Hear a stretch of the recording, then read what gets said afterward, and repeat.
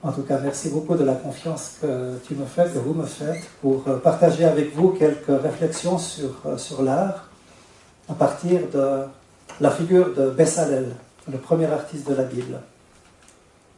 Pourquoi est-ce que j'ai été conduit à m'intéresser aux arts et plus particulièrement à encourager les artistes, et plus spécialement les jeunes artistes? Chantal et moi, il y a quelques années, nous avons reçu un appel allant dans ce sens-là, d'encourager des jeunes artistes à approfondir leur art, à utiliser leur art pour faire rayonner l'amour de Dieu. Alors on s'est mis en route, on a pris au sérieux cet appel. Et moi-même, je suis pasteur de l'Église réformée du canton de Vaud. Et à cette époque-là, j'avais demandé un congé sabbatique de 3 mois. Et durant 3 mois, nous avons sillonné la France, la Suisse et l'Italie pour rencontrer une 50aine d'artistes de tous les arts différents. La peinture, la sculpture, la musique, la danse, l'architecture et tant d'autres arts différents. Et ce que nous avons découvert, c'est qu'il y a une créativité extraordinaire partout. Et c'était aussi des artistes qui étaient en lien avec une communauté, des communautés très différentes, des communautés monastiques comme Thésée ou Beauzée, des mouvements de spiritualité comme le mouvement des Focolari. Nous avons visité aussi un monastère orthodoxe, des artistes reliés plutôt aux églises évangéliques. Bref, partout il y a de la créativité. Et partout nous avons rencontré aussi, nous sommes rendus compte de ce besoin des artistes d'être connectés, d'être reliés les uns aux autres, de s'encourager les uns aux autres. Alors c'est dans ce contexte-là que nous avons, Chantal et moi, approfondi cet appel, rencontré ici aussi en Suisse des gens comme Étienne et d'autres. Et voilà, je dirai encore d'autres choses au cours de mon exposé. Venons-en maintenant à Bessalel, le premier artiste de la Bible. Et c'est dans un grand texte du livre de l'Exode que l'on trouve la figure de Bessalel. J'inviterai peut-être quelqu'un à venir ici et puis à lire ce texte, peut-être une voix féminine. Si une voix féminine peut venir à ma place pour lire ce texte que vous trouvez dans le livre de l'Exode au chapitre 31, vous l'avez sur la petite feuille qui vous a été distribuée dans le livret qui vous a été donné. Peut-être qu'une voix féminine pourrait venir ici. Viens ici.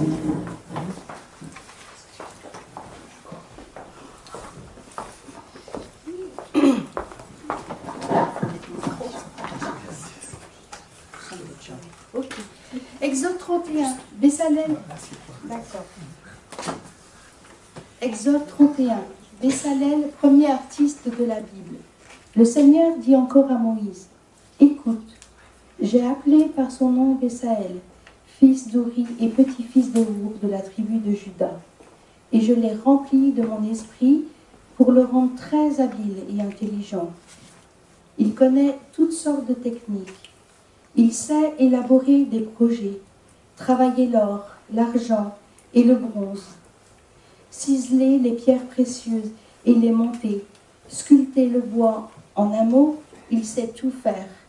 Je lui ai adjoint Oholiab, fils d'Ahisamach, de la tribu de Dan, et j'accorde également une grande habileté à d'autres artisans. Ensemble, ils réaliseront tout ce que j'ai ordonné de faire, tout ce que je t'ai ordonné de faire.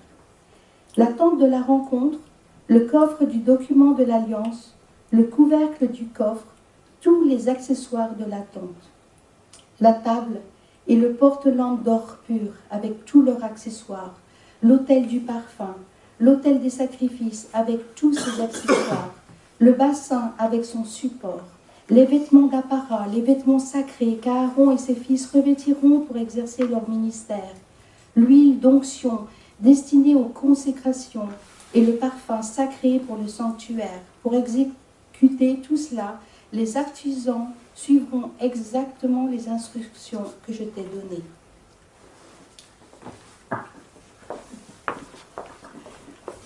Voilà, merci.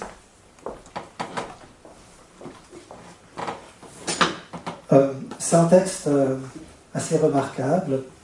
Vous pouvez suivre les grandes lignes de ma conférence sur le bimère. C'est un texte vraiment remarquable, extraordinaire. C'est la première fois qu'on nomme un artiste dans la Bible. Un artiste qui aura la responsabilité de réaliser la grande œuvre, de construire et de décorer le tabernacle. Alors, j'aimerais, à partir de ce texte et de la figure de Bessalel, dégager 7 dimensions de l'art. L'art suppose une vocation, une personnalité, un charisme, une communauté, une commande, un métier et une vision. Alors je vous invite à prendre les uns après les autres. L'art suppose d'abord une vocation. J'ai appelé par son nom Bessalel. Appelé, l'appel, la vocation. L'artiste est une personne qui a répondu à un appel de Dieu. Et les voies par lesquelles Dieu nous parle sont multiples. On peut mettre l'appel de Dieu dans une boîte. Et parfois, cela prend beaucoup de temps pour répondre à cet appel. Je connais un artiste qui m'a dit « J'ai mis 25 ans à répondre à l'appel de Dieu. » Mais au bout de ces années, alors qu'il avait une formation de dentiste et qu'il exerçait comme dentiste, c'était tellement fort que j'ai arrêté mon métier de dentiste et je me suis consacré à cet appel premier qui était de devenir aquarelliste. Tôt ou tard, une réponse est à donner, car avec le temps, l'appel intérieur devient tellement fort. Je veux tout d'abord souligner l'importance de l'écoute. Tout commence par l'écoute. Dans la vie personnelle, dans l'Église, dans les relations interpersonnelles, tout commence par l'écoute. Communiquer, c'est d'abord écouter, se mettre à l'écoute. Pour pouvoir répondre à une vocation, il faut d'abord écouter Dieu parler. Mais évidemment se pose tout de suite la question, et en particulier aujourd'hui, est-ce que Dieu parle vraiment ? La modernité, si elle n'a pas totalement évacué Dieu, l'a mis bien dans les marges. En particulier dans le domaine des arts, où c'est le royaume de la subjectivité. Dieu ne parle pas, c'est moi qui parle. L'art moderne est anthropocentrique, centré sur l'homme, et parfois même déshumanisé, non plus centré sur l'homme, mais centré sur les choses, centré sur les objets. Notre époque peut être symbolisée par ce grand roman des années 60 de Georges Perec, qu'il a intitulé « Les choses », où Perec traite de la recherche du bonheur à travers le consumérisme, la société de consommation. Les personnages sont matérialistes et leurs besoins d'acheter des choses et de multiplier les choses sont infinis. L'art sans cœur peut devenir matérialiste, avide, captateur, séducteur.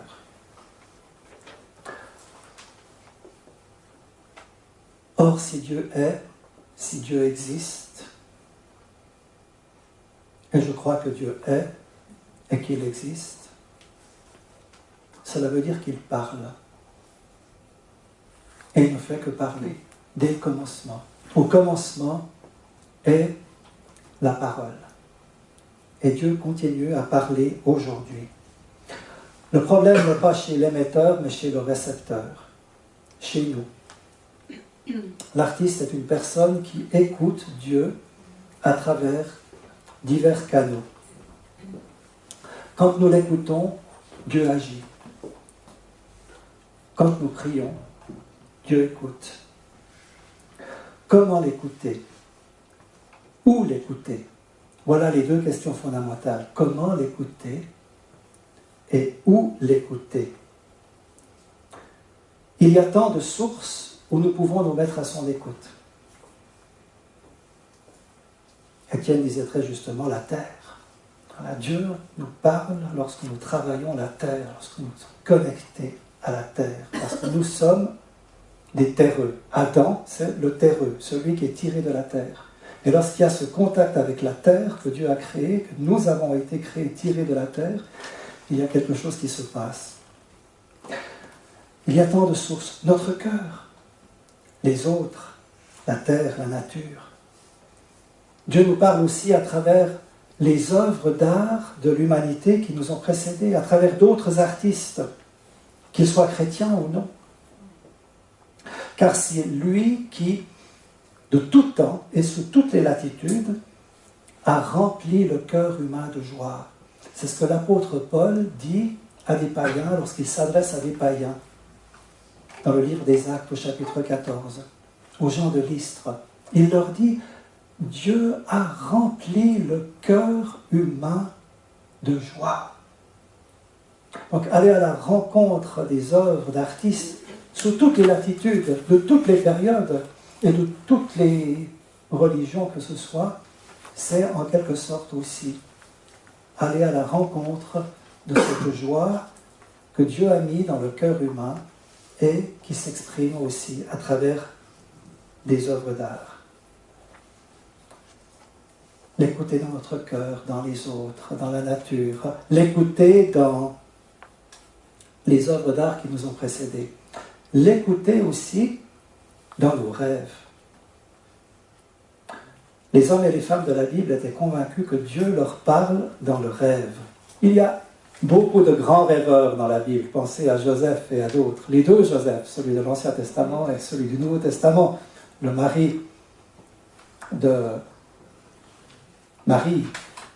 Aujourd'hui, dans l'Église catholique, c'est là, Saint Joseph.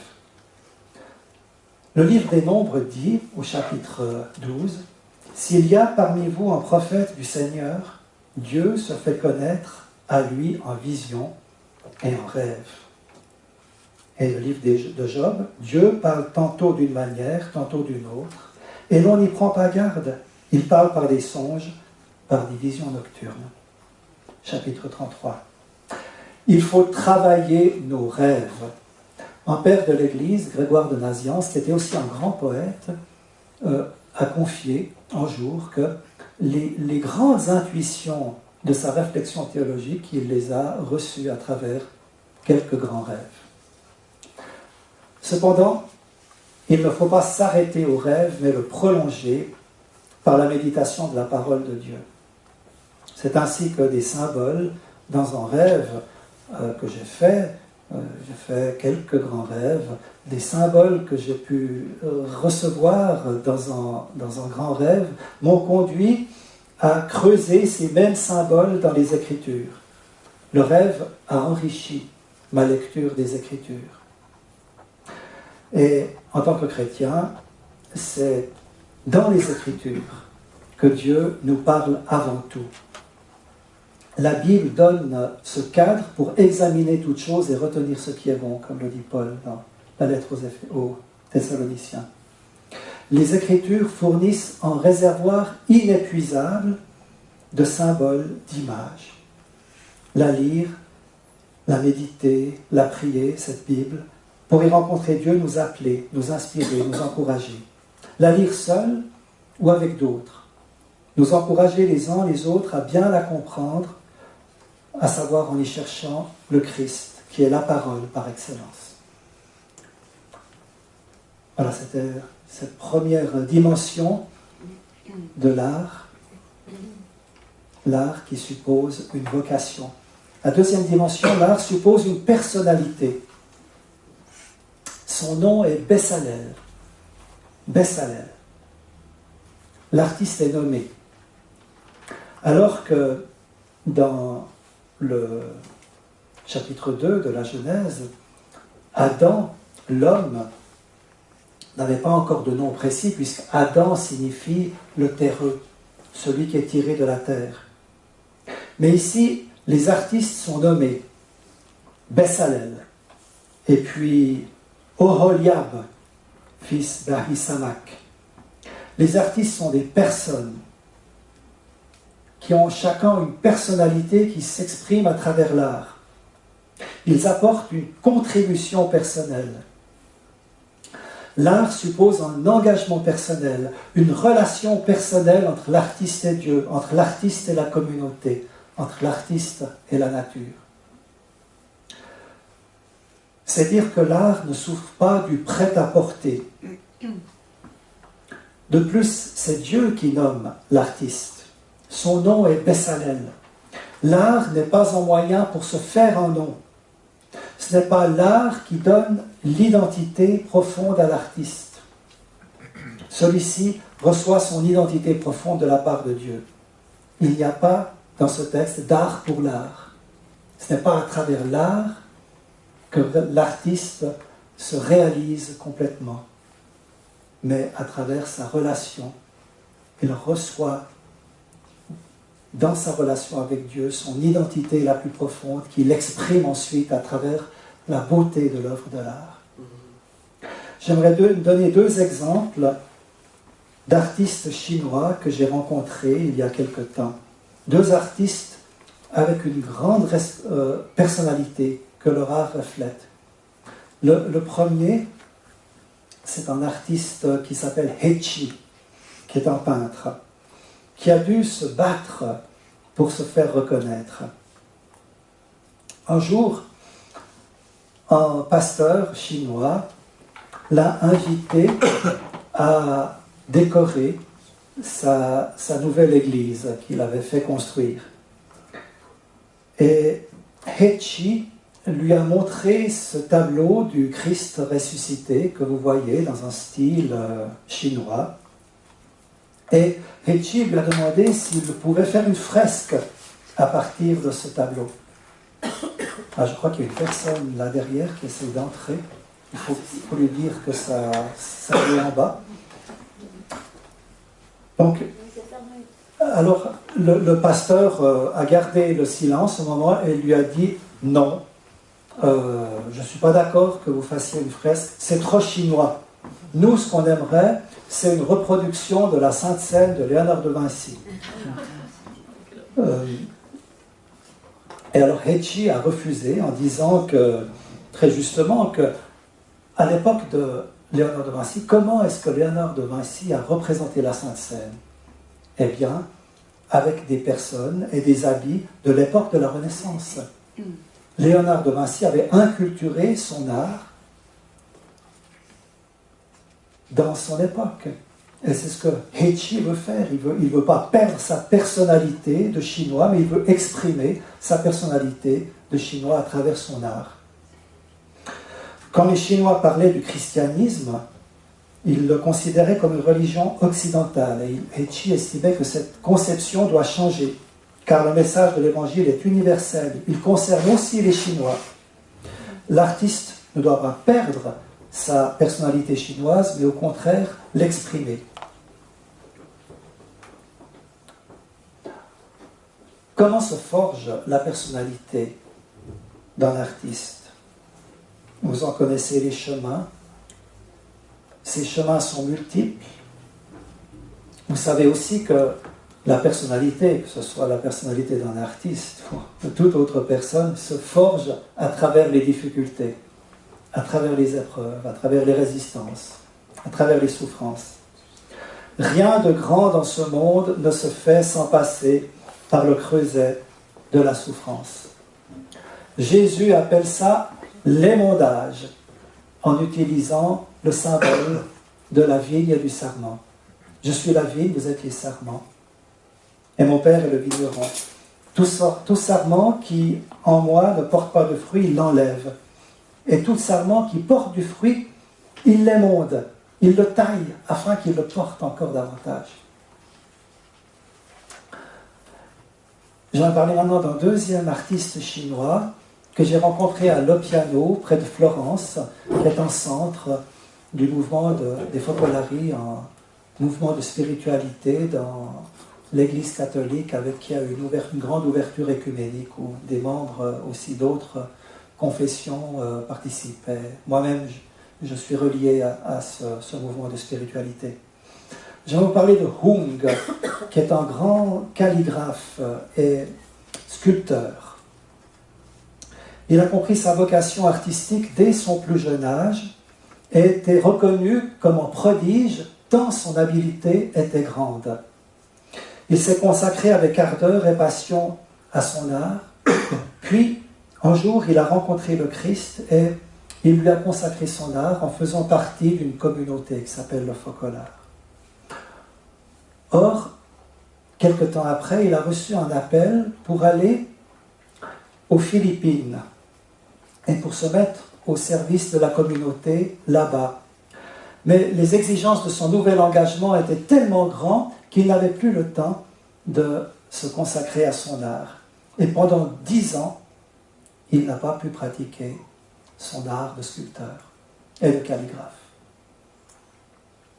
Cette expérience a été douloureuse pour lui, a été comme un émaudage, mais elle l'a conduit à simplifier, à aller à l'essentiel. Et quand il a retrouvé, 10 ans après, ses outils de sculpteur et de calligraphe, cela a été comme une résurrection, comme une explosion de son talent, mais avec une pertinence et une profondeur qu'il n'avait pas auparavant. Cette expérience douloureuse a forgé profondément sa personnalité en tant qu'artiste. Il ne faut donc pas avoir peur des temps divers de la vie spirituelle, des temps divers de la vie artistique.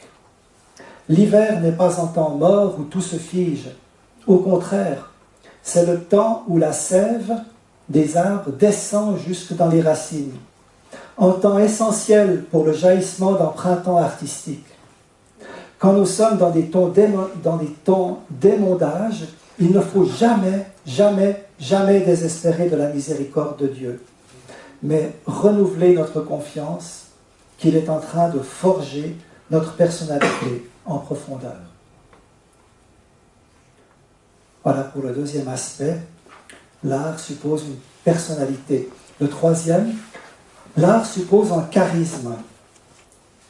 Je l'ai rempli de mon esprit, de sagesse, d'intelligence. Le charisme, c'est le don, c'est le talent. C'est le don du Saint-Esprit qui est fait à un artiste. Dieu a mis un don dans la personne de Bessalel. La sagesse dont il est question ici est surtout pratique. C'est l'intelligence, la capacité de faire des liens, de faire des correspondances. Littéralement, de lire entre. L'intelligence, c'est lire entre. Certes, l'homme, l'Adam, était appelé dans la Genèse à cultiver et à garder le jardin, selon le texte des origines. Et pour cela, son souffle de vie a été mis en lui. Mais ici, il y a plus que le souffle de vie. Il y a l'esprit, mais il y a aussi la sagesse et l'intelligence artistique qui est donnée à Bessalel. François Cassingena, dans son beau livre « La liturgie, art et métier », note « Pour que l'homme devienne artisan, il faut, pour ainsi dire, qu'il soit artisané du dedans par Dieu. Dieu doit artisaner l'artiste du dedans pour qu'il devienne artiste. Et je crois qu'aujourd'hui, Dieu continue à artisaner des personnes pour construire non plus le tabernacle du désert, mais le temple spirituel. Reconnaître que Dieu donne des talents et des charismes artistiques variés nous garde de la tentation permanente de nous comparer aux autres et de la jalousie. La jalousie est une grande graine spirituelle qui ronge la vie de tous, aussi des artistes. Dans la parabole des talents, Jésus accentue la diversité des dons et les devoirs que ces dons impliquent pour chacun. Pour Paul, l'Église est née de l'action du Saint-Esprit et elle s'enracine dans la diversité des charismes de l'Esprit. Nous avons des dons qui diffèrent, dit-il dans l'Épître aux Romains. Nous avons des dons qui diffèrent selon la grâce qui nous est accordée. Tout cela est l'œuvre d'un seul et même esprit qui distribue ses dons à chacun en particulier comme il veut. L'artiste, comme tout autre chrétien, ne doit pas désirer avoir tous les dons. Les charismes qu'il a reçus doivent être consacrés au bien commun. L'artiste ne peut se suffire à soi-même car il n'a pas tous les dons. Il a besoin des dons des autres. Il doit avoir l'humilité d'accepter d'être aidé par les dons des autres. J'aime ce qu'écrit Jean Calvin à ce sujet. Je le cite. « Dieu n'a pas mis tous les dons en un seul homme, mais plutôt que chacun en a reçu une certaine mesure afin que les uns aient besoin des autres. Et qu'en mettant en commun ce qui est donné chacun à part, ils s'entraident les uns les autres. » C'est le but de cette journée. Nous avons reçu des dons et nous voulons les mettre en commun pour nous entraider, pour nous encourager les uns les autres, pour nous enrichir les uns les autres à travers les dons que Dieu a mis en chacun. C'est exactement le but d'une journée comme nous la vivons ce matin. Pas de compétition donc, ni de jalousie, mais se réjouir des talents des autres. L'Église est un grand jardin avec des fleurs, non pas d'une seule couleur, mais avec des fleurs de couleurs différentes, avec des nuances infinies de couleurs. La créativité artistique provient d'une action de l'esprit. Or, l'esprit est créateur et n'agit jamais de manière stéréotypée. Il est à la fois source de la plus grande diversité, de la plus grande unité. Si telle est l'action de l'Esprit Saint qui est créateur, qui donne la créativité, la vie de l'artiste sera une invocation perpétuelle, permanente de l'Esprit. Viens, Esprit, manifeste ta créativité en moi. Ça va comme le rythme avec lequel je parle? Ouais, en tout cas, vous êtes tous bien réveillés. Avec plaisir.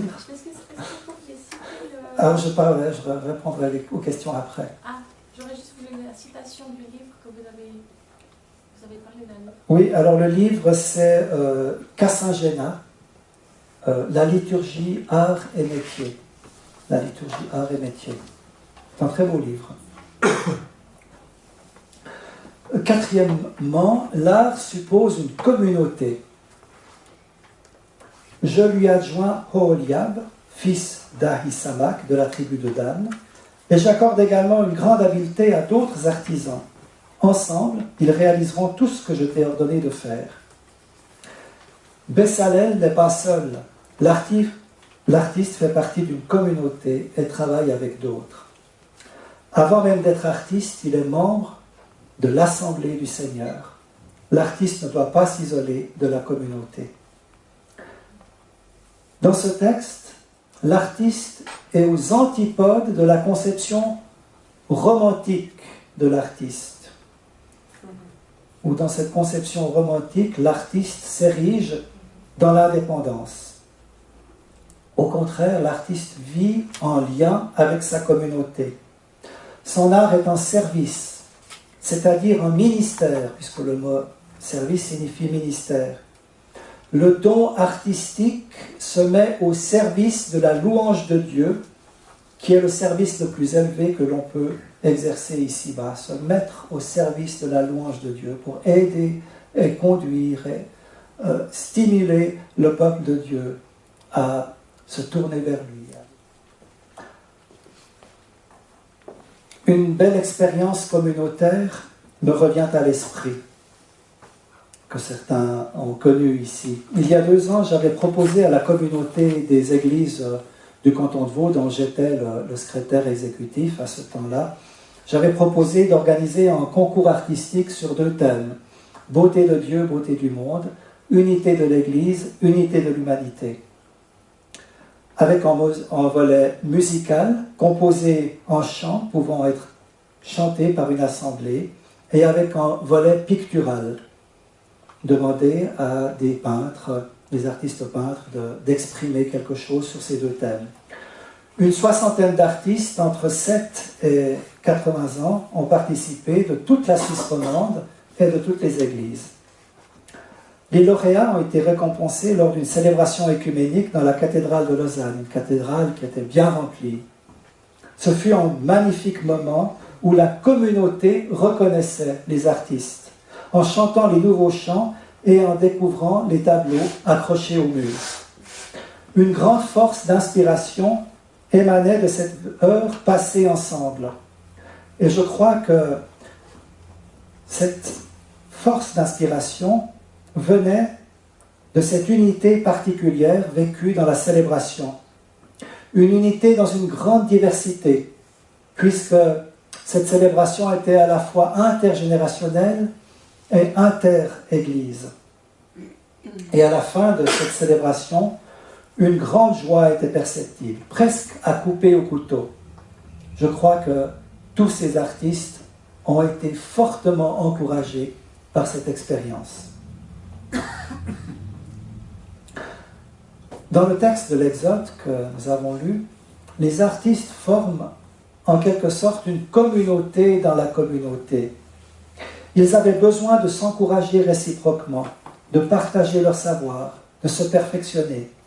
De même, aujourd'hui, les artistes chrétiens ont besoin de se relier. C'est le but d'Arter. Les forums artistiques abondent aussi sur Facebook et sont utiles pour se connecter. Mais attention, communication ne signifie pas forcément communion. Et nous avons besoin pas seulement de communiquer, mais surtout de communier. Et pour susciter la communion, la tablette ne peut pas remplacer la rencontre autour d'un bon repas et d'une vraie table, comme nous le ferons tout à l'heure. J'aimerais, au sujet d'Internet, vous partager une expérience récente qui m'a beaucoup inspiré. Fin janvier, j'ai participé à la semaine de prière pour l'unité chrétienne à Jérusalem. Chaque jour, j'ai envoyé un courriel pour partager mes impressions et mes réflexions à ma liste d'amis. Ce qui m'a particulièrement marqué dans les nombreuses rencontres que j'ai vécues et les célébrations auxquelles j'ai participé était l'enjeu des relations entre les Juifs et les Arabes. Et la grande question qui se pose, est-il possible, au nom de l'Évangile, qu'ils se réconcilient? À mon retour, j'ai reçu un courriel de la part d'un ami peintre japonais, Soshi Watanabe, qui vit au Japon. Il avait lu ma chronique et m'envoyait avec une grande joie sa dernière œuvre, qu'il venait de finir sur le thème de la réconciliation entre juifs et non-juifs, à partir d'une méditation sur la lettre de Paul aux Éphésiens, où Paul dit que par le Christ, Dieu a abattu le mur de séparation qui séparait les juifs des non-juifs. Et de mon côté, j'étais justement en train de méditer sur ce texte. Et vous voyez là son tableau, où l'on voit le Christ qui est la pierre angulaire et qui fait de nous, et qui réconcilie juifs et non-juifs, et qui nous introduit dans cette maison spirituelle à construire ensemble, où chacun de nous est une pierre vivante. Et la photo que vous avez à côté, c'est une photo où l'on voit un pasteur juif messianique, Ruben Berger, pasteur d'une communauté juive messianique à Jérusalem, en train de rencontrer avec une grande amitié, une grande estime, l'archevêque grec catholique Jules Joseph Zerey. Ça illustrait tellement bien ce que je voulais dire, ce tableau, que ce n'était pas nécessaire de dire beaucoup de plus. J'étais ravi de vivre une communauté virtuelle aussi inspirante. Mais la communauté virtuelle ne remplace pas la communauté réelle, mais elle est nécessaire aujourd'hui et on peut se laisser inspirer par la communauté virtuelle d'Internet et des réseaux sociaux. Cinquièmement, l'art suppose une commande. Les artistes suivront exactement les instructions que je t'ai données, dit le texte. Les artistes du tabernacle exécutent leur œuvre selon ce qui est commandé. L'art est obéissance au sens le plus profond du terme. Si chacun est appelé à obéir au commandement divin, l'artiste doit honorer la commande humaine qui lui est faite. Mais il discerne derrière celle-ci l'action de Dieu. L'art sera réponse à Dieu et responsabilité devant Dieu et les hommes. Heureuses les communautés qui commandent des œuvres à des artistes. Heureux les artistes qui vivent dans de telles communautés. J'aimerais vous poser une question. Est-ce que vous vivez dans des communautés qui vous passent commande? Est-ce que vous vivez dans des communautés qui sollicitent votre art? Oui, je vois des gens qui disent oui et je vois des gens qui disent non. Je crois que ce n'est pas très fréquent que les communautés qui commandent des œuvres ne sont pas très fréquentes. Mais heureuses les communautés qui le font. Et heureux les artistes qui sont reconnus et qui reçoivent des commandes de la part de leur communauté. Permettez-moi de vous partager deux expériences d'il y a quelques années quand j'étais encore pasteur dans une paroisse. Tout d'abord, à Belmont-sur-Lausanne, j'avais proposé à la communauté de prendre un verset biblique comme parole à vivre et à méditer durant tout un mois. Prendre une parole, la garder à l'esprit, la méditer, en faire une poésie, en faire une prière, peindre un tableau à partir de la parole.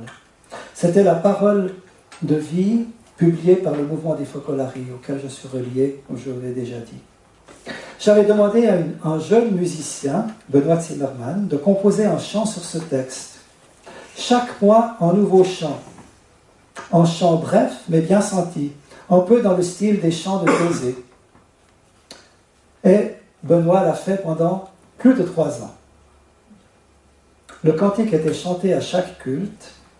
Comme je prêchais aussi sur ce verset, une fois par mois, et qu'il était utilisé dans la catéchèse et dans les groupes de partage, et il y avait de nombreux groupes de partage dans cette paroisse à cette époque, cela créait une belle unité spirituelle. Ce jeune musicien avait pris la chose à cœur et avait discerné derrière la commande que je lui avais faite, celle de Dieu, l'appel de Dieu.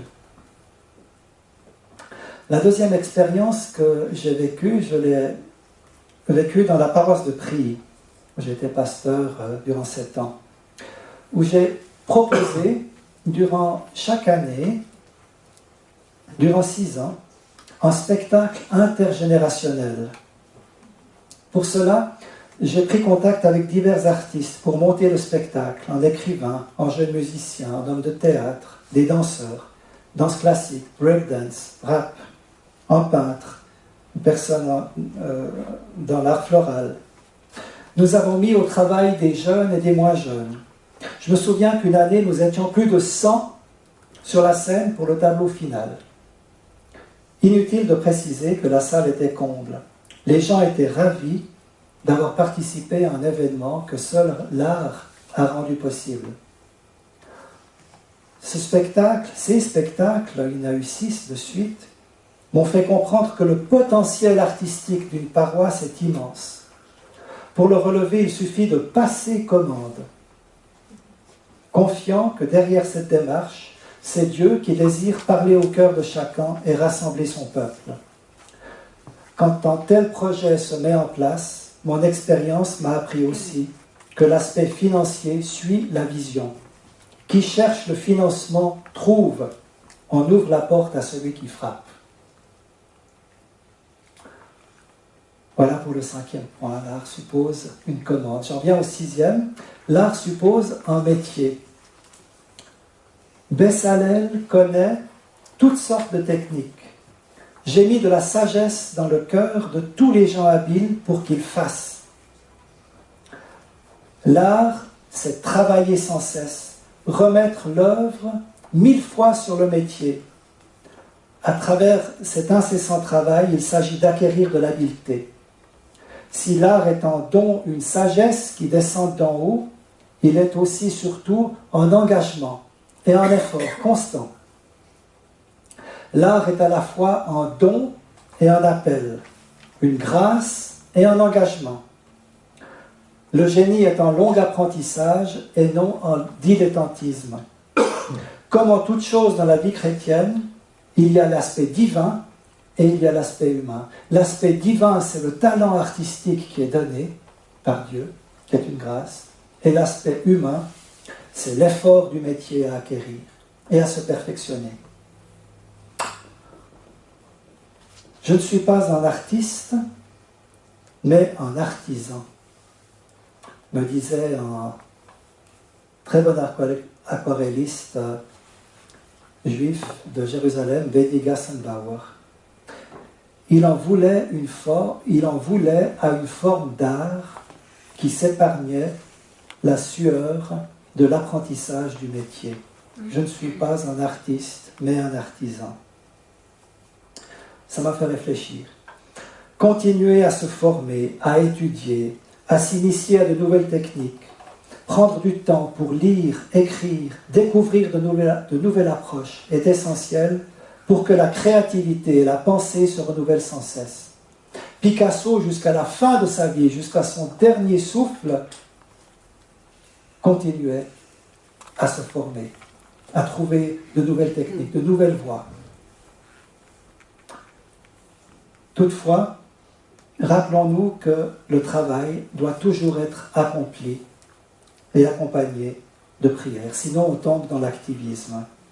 La vieille maxime des bénédictins, ora et labora, prie et travaille, est particulièrement vraie pour l'artiste chrétien. Je vois en fait 3 moments essentiels pour acquérir une sagesse dans le métier d'artiste.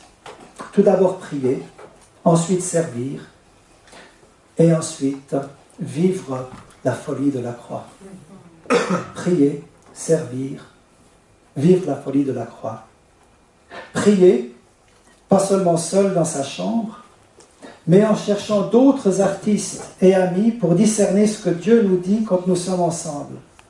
S'il y a une grâce donnée dans la prière faite dans sa chambre, là où le Père te voit dans le secret, et te donnera dans le secret, il y a aussi une grande grâce dans la prière faite quand nous sommes rassemblés dans le nom du Christ, car il est au milieu de nous. Là où 2 ou 3 sont réunis en son nom, il est là, au milieu de nous, comme le dit Jésus dans l'évangile de Matthieu.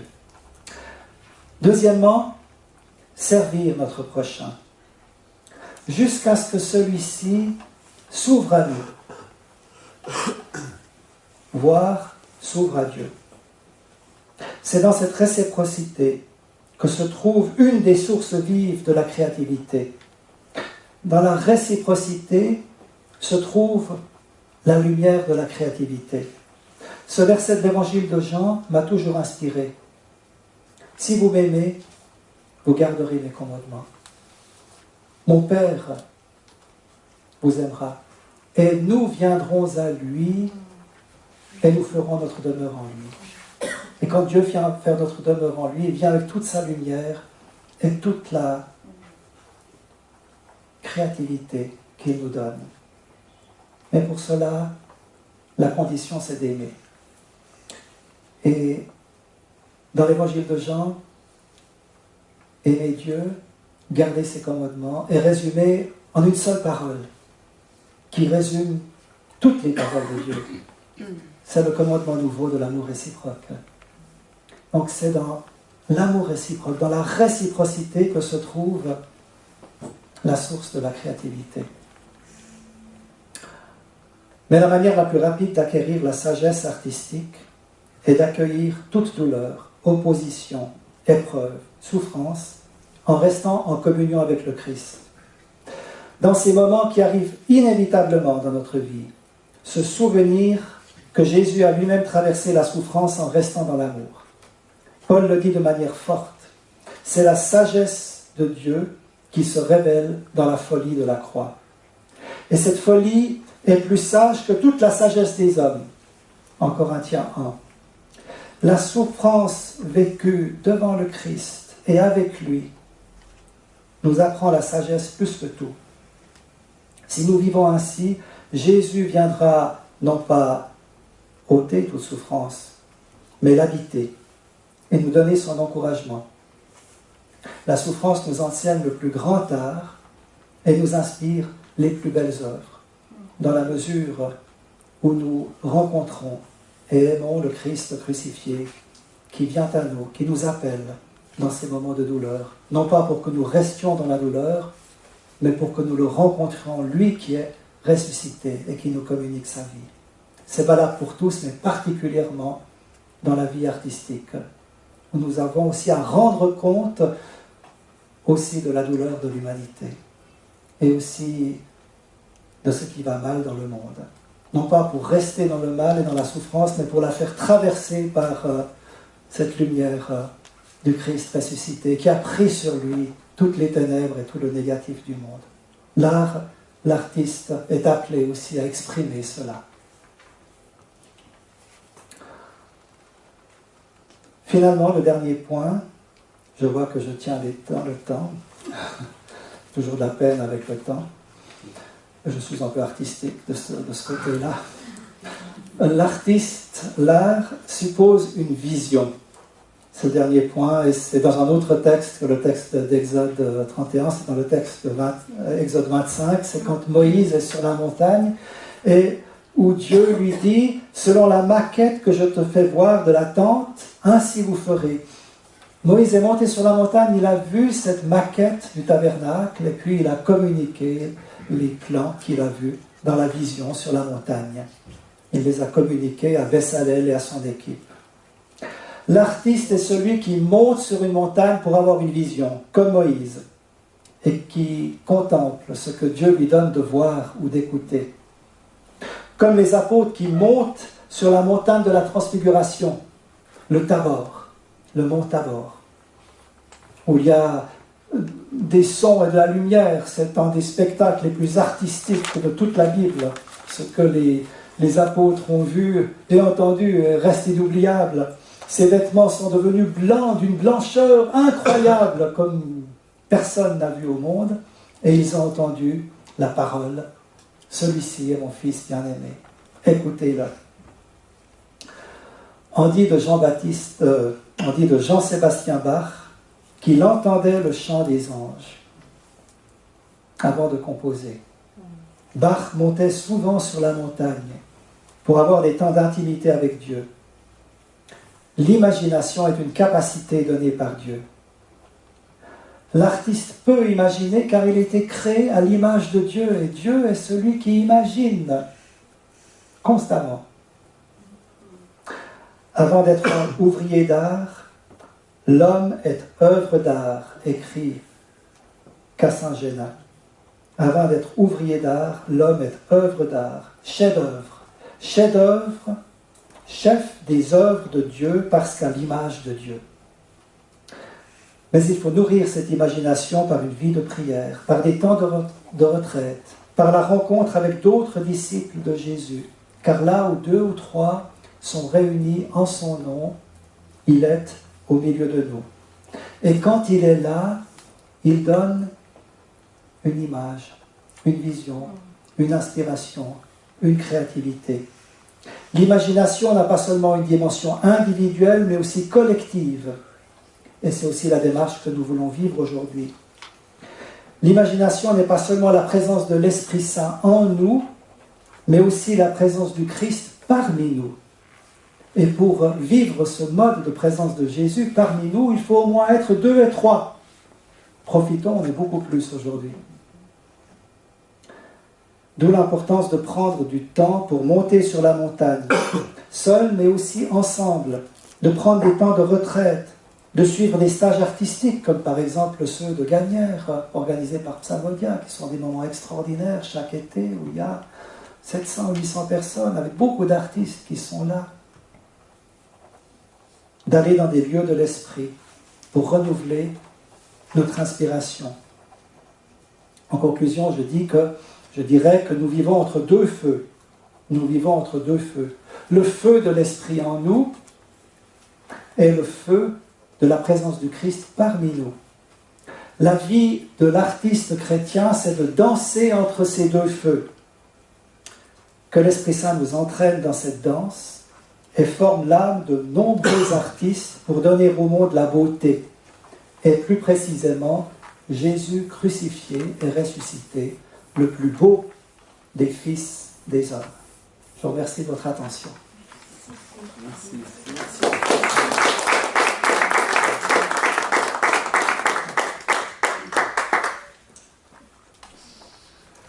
Voilà, j'ai presque tenu là.